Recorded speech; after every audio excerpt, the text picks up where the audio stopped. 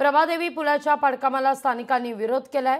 पाडकामाला विरोध करत स्थानिक रस्त्यावर उतरलेले होते। पोलिसांनी मध्यस्थी करत आंदोलकांची समजूत काढलेली आहे। मात्र आज भोईवाडा पोलिसांनी या सगळ्या मुद्द्यावर बैठक बोलावली आहे। दुपारी 3 वाजता या बैठकीला सुरुवात होईल। या सगळ्याविषयी अधिक माहिती घेण्याकरता थेट जाऊया आपल्या प्रतिनिधी भाग्यश्री प्रधान आचार्य यांच्याकडे। भाग्यश्री, आज दुपारी 3 वाजता आंदोलक आणि भोईवाडा पोलीस या मुद्द्यावर एकत्र येतील, चर्चा करतील, बैठक घेतील। गणेशोत्सवानंतर मात्र पाडकाम केलं जाईल अशा अर्थाचे बॅनर झळकलेले होते। त्यानंतर मात्र आंदोलक आक्रमक होताना दिसतात।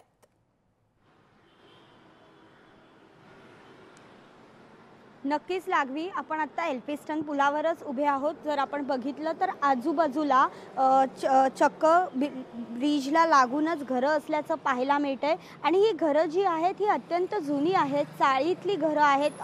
पूर्वीची जी मुंबई होती त्यांची ही घरं आहेत असं त्यांचं म्हणणं आहे।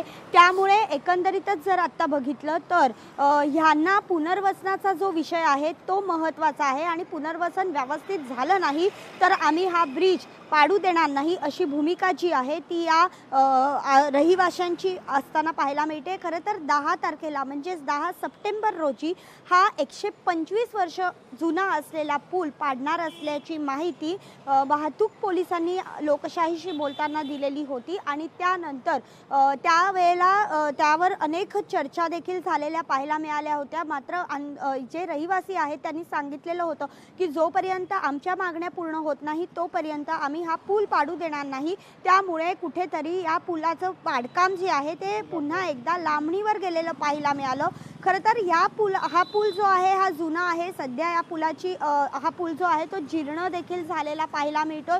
त्यामुळे पूल हलतोय कुठेतरी। याचबरोबर याच पुलावरनं वरळी शिवडी उन्नत मार्ग जो आहे तो जाणार आहे आणि या प्रकल्पाला या पुलाच्या पाडकामामुळे उशीर होताना पाहायला मिळतोय आणि म्हणूनच हा पूल लवकरात लवकर पाडावा अशी मागणी जी आहे ती महापालिका तसंच MMRDA कडनं सातत्याने केली जाते आणि ह्यामध्येच अडचणी ज्या आहेत त्या रहिवाशांच्या पुनर्वसनाच्या अडचणी आहेत आणि यासाठी काल आंदोलन देखील परत एकदा झालेलं पाहायला मिळालं। याआधी देखील 2दा पूल पाडण्याचा MMRDA ने आणि वाहतूक पोलिसांनी प्रयत्न केला, मात्र त्यावेळी देखील अशाच पद्धतीची लोक जी आहेत ती रस्त्यावर उतरलेली होती आणि आता पुन्हा एकदा अशीच लोक जी आहेत ती काल रस्त्यावर उतरली आणि आता आज भोईवाडा पोलिसांनी जी आहे ती चौकशीसाठी आणि माहितीसाठी बैठक घेऊया अशा पद्धतीच्या सूचना ज्या आहेत त्या या सगळ्या रहिवाशांना दिलेल्या होत्या। त्यानुसार आज भोईवाडा पोलीस ठाण्याबरोबर या सगळ्या रहिवाशांची बैठक आहे।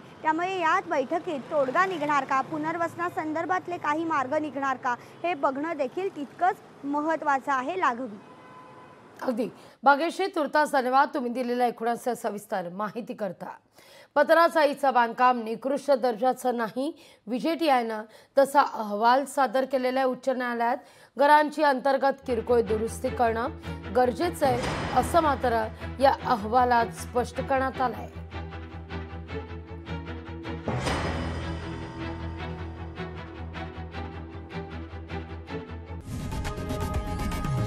लोकशाही मराठी ऐका, पहा, जागरूक रहा।